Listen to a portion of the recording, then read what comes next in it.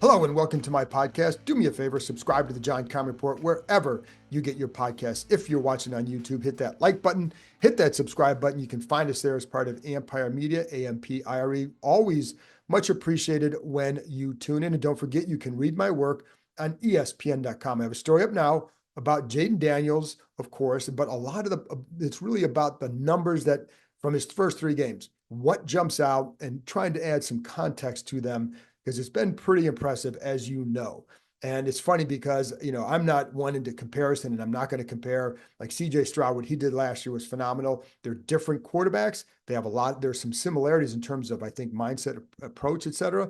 But Daniels is more of a dual threat. CJ was a terrific threat from the pocket. And Daniels is getting there as well. So, and I think he will be as well, but it's just that dual threat. So the numbers aren't going to be quite as impressive as CJ Stroud's as far as the passing numbers in terms of total yards, but the overall numbers are pretty damn impressive. And that's what we wanted to point out. So, and I'm going to get to Jayden Daniels in a minute. So in a few minutes, I'm going to be joined by ESPN's Josh Weinfuss to talk about the Cardinals, Kyler Murray, Kliff Kingsbury, what he thinks about him and his return to Arizona, what went wrong there, and why maybe he's just in a much better spot for himself right now. And also maybe some thoughts on Jayden Daniels from the other side. But so today I'm combining two of my elements here. It's going to be doing five things, I think, and then also followed by Josh Weinfuss. So I'm going to do kind of slightly abbreviated version of the five things, still five things, maybe just not quite as long. So I don't have to bore you to tears with all this, with hearing my voice for too long. So anyways, but let's start with Jayden Daniels. So one of the things that I think jumps out, and again, you look at the numbers and they're really impressive, but it's always like, when you talk to people who've been in the league, whether they're quarterbacks or former coaches, it's always about the support system you build around the quarterback. Now, I think for fans, sometimes media, maybe you're thinking, okay, receivers, offensive line, all important. That's very true. But the bigger thing really is the room. So whether it's you have a veteran quarterback in there like a Marcus Mariota, but then it goes really deeper to quarterback coach, offensive coordinator, and then obviously head coach. But Jayden Daniels has been telling people, a lot of people, just how happy he is with what the setup he has in Washington. That's Kingsbury. That's all. It's everything, So I think that's certainly when a quarterback is happy, then there's it's an atmosphere conducive to helping to grow. That's also the atmosphere that Dan Quinn has built as well, and it's a trickle down effect. And so if you have a coach who's in a much negative way, there's also a trickle down effect to that too. Quinn is the opposite, but I think that helps a guy like Jayden Daniels because I think that's how a lot of players thrive. But I do know it's why he feels really good. And when you look at Kingsbury, the way he's brought him along through the first couple of games and slowly building on each game and each step along the way. It's not hey, we're going to ask you to do all these difficult things right away. It's like, build it up, execute this, execute that, continue to grow, add. And I think that's what they're doing. And so I think he feels really good about Kingsbury's approach to helping him develop as a rookie and allowing him to have success while he's doing that. Like, listen, there's a reason why he looks confident out there, and it's a lot of it stems from his work, but it's also about like when you're confident, there's confidence in what the coaches are telling you, asking you to do, and what you're trying to see. I was talking to someone earlier, and they talked about just like watching him and how decisive and confident he is with his passes. That's all good. Like that stems from your work, but also stems from what you're being asked to do. And so I think it's an all-around effort here helping Jayden Daniels get to this point. Now, we all know he's going to have a game where it just doesn't look as good because he's human, and every quarterback goes through that. But I also, the question then would become, do they have enough around him when he doesn't play well, can they win? And right now we don't know because we haven't seen that yet. We need to see, can the defense actually improve and then be a reason why they win games, not why. Listen, man, they haven't punted since the first game, and they, if Jayden Daniels doesn't have an all-world game on Monday, they could lose that game, and then there were some fortunate breaks and poor red zone play, but 3-point win over the Giants, a last second field goal in a game where you didn't punt. So the question is then, can they do that? But that's for another day. But right now it's really about, how is Jayden progressing? Is he in the good spot? And the answer is yes. And I think there's some smart coaching going on, combined with a quarterback who really likes to learn and doesn't get caught up in himself. And I think that's important as well. And we've seen that time and time again. I don't have to give examples. It was another one this week. It's just who he is. So you kind of have to just, hey, this is who he is. And don't be surprised or wowed by that, because it's who he is. Anyway, so just want to go on there. Number 2, Dan Quinn's approach. And I think one of the things that when you have injuries, whatever, or multiple players playing at a spot and rotating, and guys might be more one game and not less, how do you handle that as a coach? So for Quinn, there's a couple of things. One, I like that he finds what guys can do. And when you surround yourself with coaches who like, what can a guy do? And I've talked about this before, but Greg Williams was great at that when he was in Washington. Find out what a guy can do, design, not get him in a package that you have that can magnify or amplify what that guy can do to help the team. And I think this staff is very good at that, but I also think Quinn's approach helps as well. So like little things, Jeremy McNichols is going to fill in for Austin Ekeler this week. And as we talk, I'm not sure yet who's going to be the running back off the practice squad, whether it's Michael Wiley, whom they liked this summer, or Chris Rodriguez. And they certainly, like, Wiley was working ahead of Rodriguez all summer, and to the point where I was a little bit surprised that Rodriguez actually returned. But so anyways, you can go to my Twitter feed or whatever to figure out who gets called up. You'll know. But point is, will be one of those two guys. But as far as McNichols will take the bulk of the Ekeler reps. And it's funny because when you listen to coach, like you're going to spin it forward, like, hey, this is a great opportunity for him, and really happy with what they see, blah blah blah. That's what Quinn says about McNichols. So it's, when you have them, it instills confidence in a guy, and it instills belief in a guy that, hey, okay, yes, this guy's down, this guy's important to the team, he's down, but this guy has belief in me too. When a coach has belief in you, it just makes a world of difference. And I do think that Quinn is able to instill that in guys because of that approach. He's heard him say once, he's an optimist, right? And I know we used to hear Ron Rivera say that too, but I think then how does it play out? And I think Quinn kind of follows that a lot more. I think there were times where Ron would try to see the best outcome versus maybe working to that best outcome, but by what you're surrounding yourself with, et cetera. And I think that's something Quinn does. But then I also look at, like, so for example, Olamide Zaccheaus did not play as much the other night, played a lot more of the previous game with Noah Brown here. The snaps, the more he gets comfortable, the more his snaps could go down.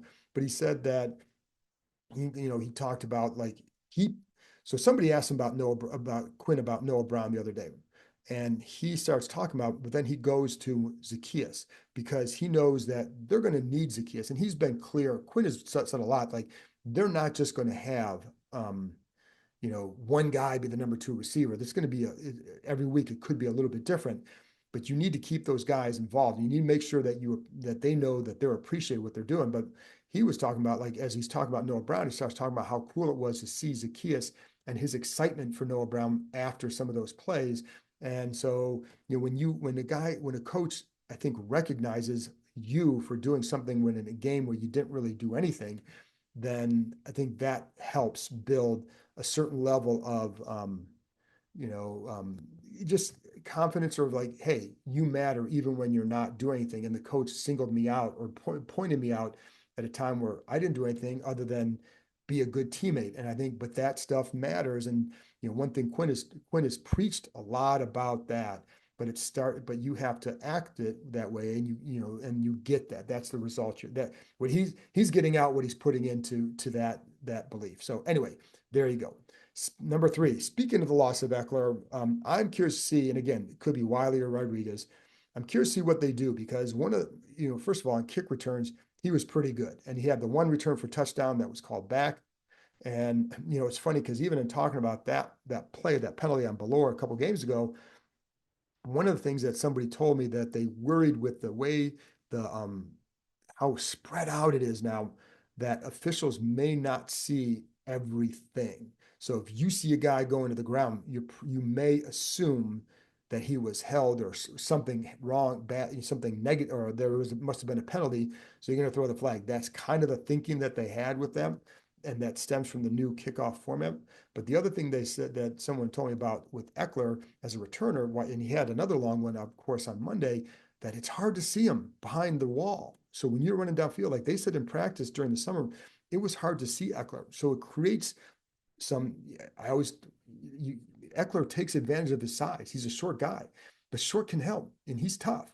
He's quick. So if you have that and you can kind of get lost behind guys, that works to your advantage. So that's one of the things that they won't have available to them. But the other thing is, too, the pairing of Robinson and Ekeler in the backfield. I like that setting. I like how Kingsbury would take advantage of that. So they've done that 14 times, and they run that 14 times with those two in the backfield. They've gained a total of 113 yards, and Daniels is 5 for 5 with 74 yards in those situations. And sometimes it's just swing pass, but those plays matter. Like one thing Kingsbury makes you do is defend all of the field. And it could be a swing pass. It could be, the bubble. It could be, slants down the field. But you have to defend everything. So you have to you have to be aware, not that they wouldn't go if Ekeler runs in motion out of that two split backfield, then you're going to go with him anyways, but that it's a good chance he's going to get the ball. So it could open up maybe it diverts somebody else's attention over there because you did it earlier, and maybe that opens up something for somebody else. So they've done a good job with that.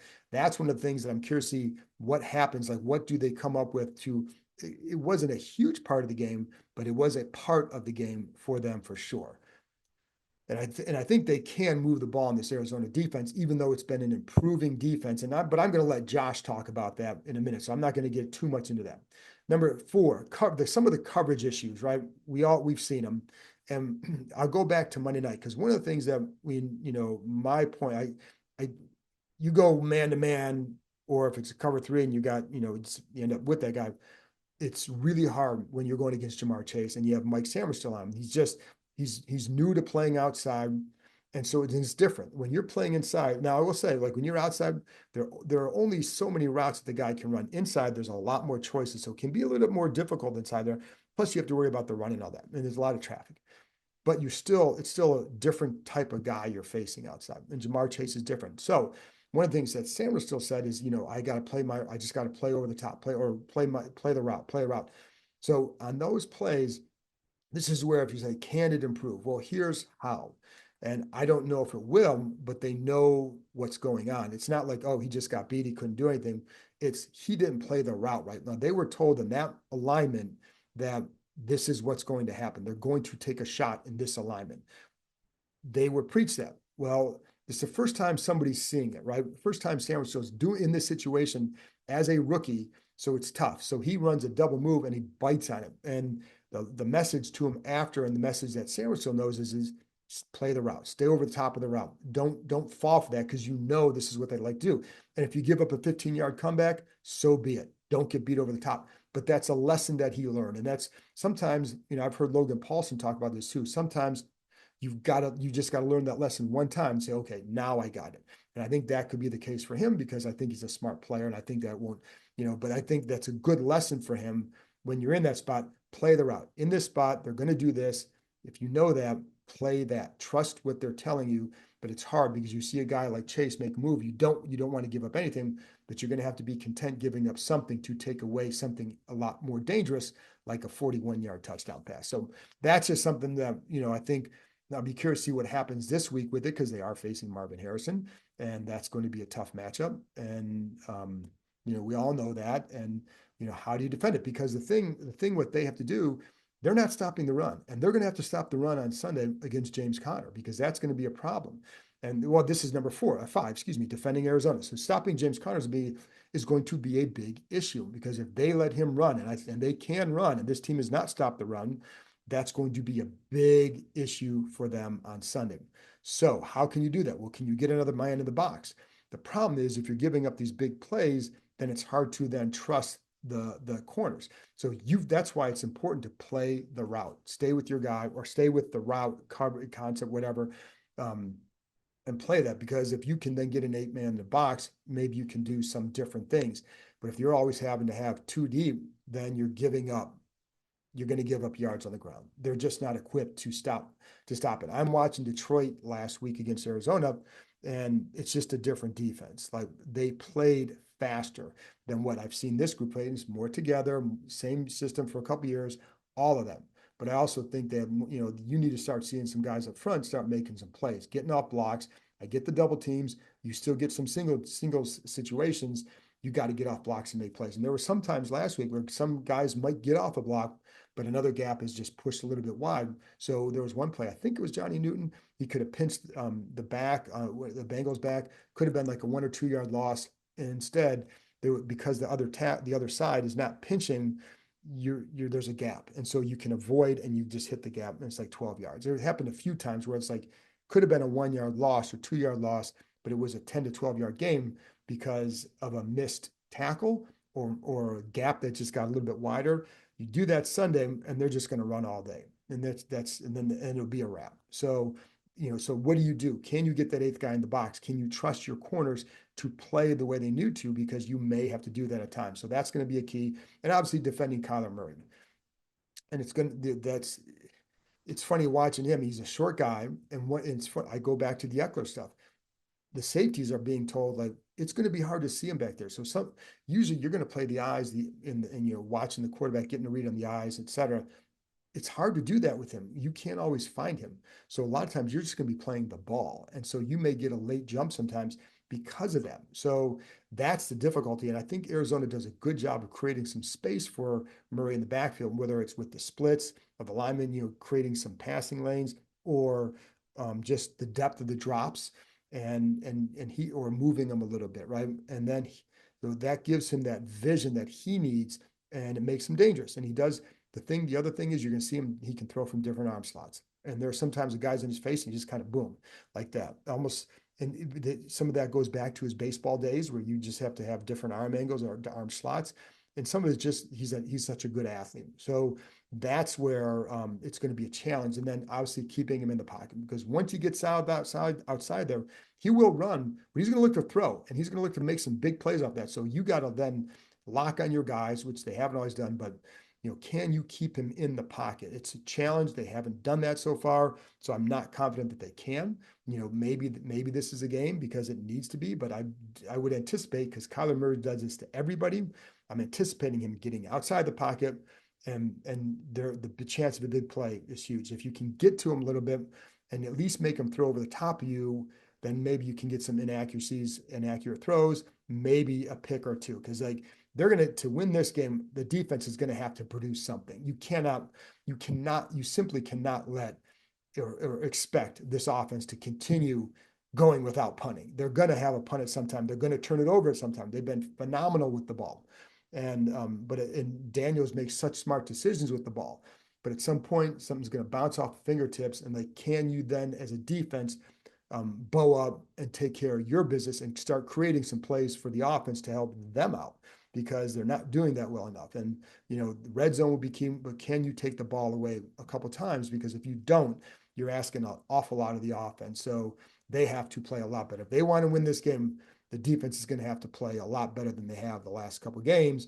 It's possible, very possible. Because I think this offense, I'd be really curious to see how this offense fares again for another week, and how do they build on that Bengals game and to the Giants game. Shoot, the building part for that was they converted in the red zone. So can they keep doing that? That's 2 really, really good offensive games in a row. One was better with the points because they converted. Shoot, even against Tampa, could have scored 30 points. It was there. They didn't. But the point is, it's not like last week was an aberration. I think it's a building of things. So I'll be curious to see how that unfolds on Sunday. So, but the defense doesn't show up better, then I think it's going to be a real tough one. If they do, it's going to be a very fun game. So anyway, folks, that's it from me. Stay tuned. Here's my conversation with ESPN's Josh Weinfuss. Josh, it is the Kliff Kingsbury homecoming week. So I'm going to talk about Kyler Murray and all the things that he poses, the problems, and the defense that seems to be better than people thought it would be. But I do want to start with Kingsbury, since, a homecoming. And I'm just curious, we talked before after he was hired here about what he adds, but I'm curious, what do you think this game, knowing what you're covering him here, what do you think this game will mean to him, and what will it mean to guys like Kyler Murray facing him? I don't think it's going to mean a ton to Kliff because there's been so much turnover on the roster. Obviously, the biggest piece is still there in Kyler, but the GM's gone. Obviously, the owner's still there, but I just don't see him being as emotionally invested in this game as Kyler is. And I think that's partially because he's not the head coach. I think if he was the head coach, he'd want to beat the brakes off his team. But I think he just wants Jayden to go out there and play great football because that will show everyone like, hey, like I can do this. This is what I'm really, really good at. It's what I'm known for. So I don't think because he's as emotionally invested as Kyler is. I think Kyler wants to win this game more than he'll ever let on. I think this is a statement game for him personally because of everything he went through with Kliff, especially towards the end of Kliff's tenure here. So I think that this is going to, I think everyone knows that too in the locker room. So this is going to be a charged day in Glendale. I think Kyler's going to want to go out there and do everything like Kliff's basically told him he could have, which is throw the ball downfield. Kliff wanted him to be the centerpiece of this offense by running the ball, and Kyler's going to be like, well, look what I can do. I'm a drop back passer who can run if I need to. What was the state of that relationship at the end of the tenure? Like, why would Kyler, like, it's more than just like, hey, I want to do this. No, do that. What was it like? Nothing like rehashing the past, John Keim. Well, I'm setting up the game. It was tenuous. It was really tenuous. They did not really interact much the last year and a half of them being together. And obviously that ended with Kyler getting hurt. Was it week 14 or somewhere around there in 2022, which led to what was not part of Kliff's firing, but then led into Kliff's firing. Here's what it came down to is Kyler wanted to be coached very hard. He wanted someone to get in his face. He wanted someone to yell at him and tell him what he was doing wrong. He wanted someone to MF him, which he had gotten from his high school coach and his college coach. And Kliff just never did that. He handled him with kids' gloves. And, that's not what Kyler wanted. He wanted someone to be kind of on his back about playing good football. And Kliff never did it. And it showed, I think, not just with Kyler, with the entire team. They were very undisciplined. They were either led or they're in the top 5 of most penalties all 4 of Kliff's years in Arizona, which also was an issue dating back to his time at Texas Tech. They were undisciplined too. So, the one that was interesting was it seemed like all 4 years, maybe not 19, it's like 2021, 22, at the end of the season, I always seem to ask Kyler a question about the little thing and what this team that didn't do. And he was always so frustrated how this team never fixed the little things throughout the year, which is why they had their late season issues. And to me, that's all on the head coach. That's all on the head coach setting a culture, setting a standard, and he did none of that. Guys love playing for him because he was a player's coach, but I think it was too extreme, especially with Kyler. He wanted him to be hard on him, and he simply wasn't. It's easier with the background. All right, so now, as you can see, if you're watching on YouTube, Josh has changed positions because the sound is just a lot better out here. So I appreciate Josh doing that. But I want to continue on the Kyler Murray thing since that's where we kind of paused the show there for a second. But you said he wanted to be coach hard. Is that what he's getting now? Yes, he's getting the coaching he's always wanted in the NFL, and that's it's fair coaching. It's a coach that's basically, he's getting coaching from all different levels. He's a quarterbacks coach, offensive coordinator, and a head coach. Whereas when under Kingsbury, Kliff was the OC and head coach, play caller. So he had one person doing all of that, which did not work, right? Whether that works other places is whatever. That's their own issue, but it did not work here. And he's getting the feedback. He's having someone tell him no. He's having someone tell him, this is why we're doing this. This is why, we should do this. This is why we're not doing this. And he appreciates that. He really does. And, Drew Petzing, the OC now, is a very bright man. Very bright man. I'm not saying Kliff isn't. I'm just saying like that's what he's working with now. He's a great quarterbacks coach, and Israel Woolfolk, they call him Izzy. But he just seems to has all the infrastructure to succeed. And that just wasn't the case in Arizona. And I think partially, I think we bag on Kliff a lot, but it just wasn't a good situation for him in general, right? They hired him in 2019, right? And he didn't have all the resources he needed to be a successful head coach. And what I mean by that is when he got here, they just said, here's your staff. It doesn't work like that in the NFL, right? If you want a good recipe, you know this. A recipe for success is kind of building that culture that you want with the staff that you want, the people that you want. Here, they said, here's the head coach. Steve Keim, the former GM, said, here's your staff. He didn't really, I think he hired like one or two people that he knew, but other than that, it was all people that were given to him. That's just not how teams win, right? And they were able to make up for it a little bit in 2021 with the talent they had, but it just was not something that worked. And now, Jonathan Gannon, the head coach here, he brought in the staff he wanted with the people that he wanted, and the mindsets, and everyone's on the same page. And this is working well for Kyler, as well as it's worked since he's been in the NFL. And we had talked about this before, but talking to people here, they think, I think what struck them is how comfortable Kingsbury is just being a coordinator and how almost happy he is, to be honest. I'm going to guess that doesn't surprise you. Not at all. It's the least shocking thing I'm going to hear all day, right? Like, here's the thing. When he went from college, from Texas Tech to the Cardinals, he loved not recruiting. He hated recruiting. And now I can see him loving this role because he's not dealing with everything, right? Because a head coach is, in my opinion, the more successful head coaches are the CEOs, the guys who handle everything and not have to focus on an offense or defense. That's just my opinion. Yeah. He had to run the offense, he had to run the team, he had to, handle all the player issues, he had to work with personnel. Like his last year working with the GM was a nightmare for a head coach because the GM wasn't around. So you have, Kliff walking down to Keim's office to try to get a new offensive lineman, and Keim's just not there, right? So it's just also not you, the other Keim. I would say I'm here. He could have. You would have been there. You would have been there every day. I know that, but like it just was not conducive to his success. And now, like, I'm not surprised to hear that because the guy's a football junkie. He's a film junkie. He's an offensive junkie. He's a quarterback junkie. Like he loves all of that. And if he can lock himself into a room, like he's not married, he doesn't have kids, but he's married to the game, which I think is a great for him, right? Like it works for him.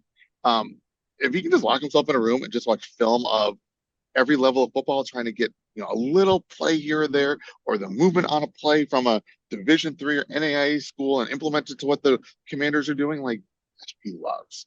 And I think for him to be able to put all that time and effort into football at this level where there's no recruiting, there's no like booster meetings, like there's none of the extra stuff. It's all football all the time. Like I'm not surprised he loves this. Like I expected this kind of to happen at some point for him to flourish in a role like this. I think we're seeing kind of that's what he's doing. Have you been able to talk much to the players about what they expect from like Jayden Daniels facing him and what their thoughts are on him? I know as we tape this, you've only been in locker room, I think probably one day, but one day. Yeah. Was there much talk about that aspect yet? Or, just what your sense from what they're thinking about him? Yeah, so it's interesting because we talked a little bit to Kyler.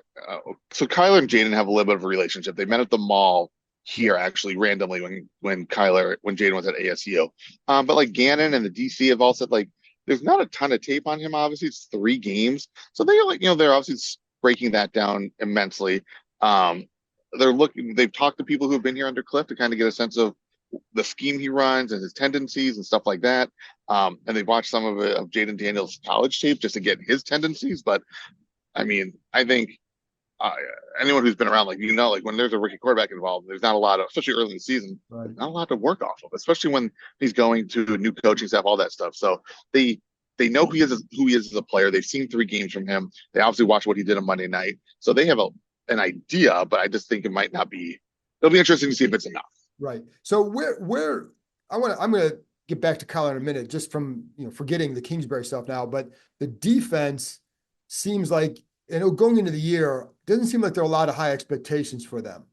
Where are they at now? I think they've surpassed quite a few expectations, especially the pass rush. This pass rush was not expected to be productive or as productive as it's been, and they've been getting a ton of pressure off the edge.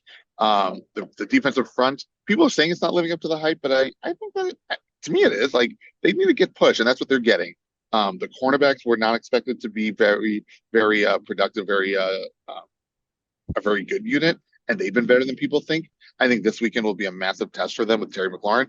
I think who the Cardinals put on him will be telling, like who their, we know who their number one is, but how that's going to, how he's going to do on that. That's Sean Murphy Bunting. I think it's going to be very interesting how he faces or he does against Terry. But this defense as a whole, it's better than expected. There's still some issues it needs to address, but injuries are starting to pile up, and it's going to be that could be the biggest issue. And because Jones is out, correct? He's out for the year. Justin Jones is out with a triceps injury. They already lost probably who was the guy who's going to be their star pass rusher, BJ Ojolari, during training camp. And then I'm trying to think this week, it's not really many other issues long term. The offensive line is a little bit banged up, but that should be it on defense. And so with Jones, what's the impact of him being lost? Yeah, I think it's just consistency. I think it's just having the same guy out there every play. Now they're going to have to replace him with multiple players. So I think that could be an issue. People are trying to bag on him for getting hurt 3 games into a 3-year, $31 million deal, but like, it's football. That happens. Like, and it get hurt. Like, these guys are hurt the day they step on the field for training camp. But he's been consistent with that push up front. Like I said, like they rebuilt their defensive front, and he was a key part of that. So losing him is going to hurt, but they have some pretty good depth up there, and they'll just probably just use some sort of rotation to replace him. How important is Budda Baker to that D? He's the heart and soul of this defense. He's how he goes, so goes this defense. He can do a little bit of everything. I think what we've seen last couple of years, kind of his impact last couple of years, is how teams are staying away from him, and that completely changes the defensive approach and an offensive approach to the Cardinals. And he doesn't get his hand on the ball as much as he wants. He's not involved in a ton of plays directly, but indirectly, just his presence alone impacts his defense. Offensively, you obviously we know about Kyler, but where is he maybe better this year than the past? Oh, that's a good question, John. So it's a long answer. So there's a lot of ways I think he's better than he's been in the past. I think one is he's happier, right? He's legitimately happier, and maybe the happiest he's been in the NFL. He has a system he really likes, different than what he ran with under Kingsbury. He has a coaching staff he gets along with, coaches he really likes. He has the skilled players to go around him. He has a great offensive line to compare to what he's had in the past. And he's able to kind of do what he does, and that's sit back and just sling the ball all over the yard. And when he has to run, he runs. Like, he's had a lot of rushing yards this year, but they're not necessarily on design play, right? They're him scrambling out of trouble. And his ability to extend plays has been a major asset for this team. And obviously, he has Marvin Harrison Jr. as an incredible target to throw to. So it seems like he's playing. I think he's playing the best football he's played since 2021, when they started 10-2. I think they were 7-0 at one point, and he was part of the MVP conversation. But they need to win, obviously, for him to get back to that level. But he's playing some very good football right now. How good is Marvin? Dude, this kid he's unbelievable, right? Like, and I don't just say that because of his name. Like, he's legit. Like, it's going to take him a little bit to kind of get fully ingrained in the NFL game. Like, he's still thinking off the line, whatnot. But he is so naturally gifted. Like, the plays that he makes as a rookie are so smooth and so seamless. Like, it's impressive. It's very impressive. He's a mismatch for a lot of corners. He always has been. But he has the hands. He has the size, the length, the quickness, the speed. Like, he has everything. He's like a 5-tool baseball player in football. Can Arizona run the ball consistently without taking away Murray's scrambles? Yeah, they can. They weren't very productive doing it against the Rams on Sunday, but did they play the Rams on Sunday? Lions. No, the Lions. They played the Lions. We're in the middle of the season, I feel like. So, on the Lions, they weren't very productive running the ball against the Lions, but they can. They have an offensive line that's stout in the middle. They have, the right tackle's been a turnstile so far through 3 games on Sunday. But James Conner, he's a machine. He's a pound and grind type of guy. And if they get a lead, they will pound the ball as much as humanly possible. But when it's play catch up, as with anybody, they obviously abandon the run.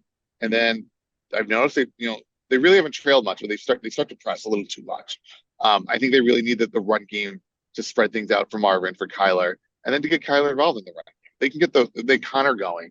It opens up the edges for Kyler. That's when he kind of takes over. But then And then it creates such a conundrum for defenses because then once he starts hitting the outside, they have to patrol the edges, which opens up the inside. Like it's kind of like six one way, half dozen the other. Like what do you want? What are you going to pick? So the run game can be very potent, but it wasn't last week. Last thing, where are they most vulnerable?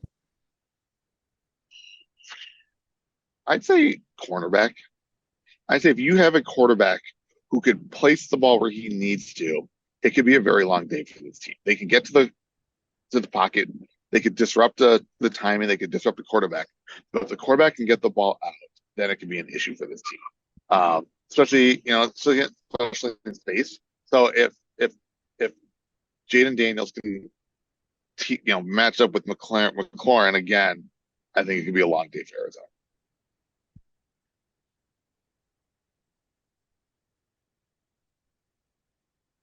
All right, Josh, I think I lost you there, but anyways, that was the last question anyway. So I appreciate you coming on, and thanks a lot, Josh. Always great insight. So you have surpassed Nick Wagner as my go-to guy.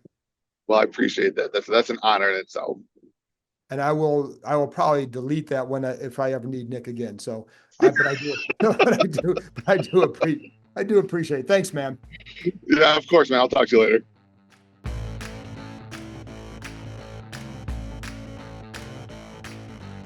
That's it for this episode. Thanks to Josh for joining me, and thank you as always for tuning in. I'll be back after the game with another episode wrapping up the Cardinals and the Commanders. Can they get to 3-1? I'll talk to you next time.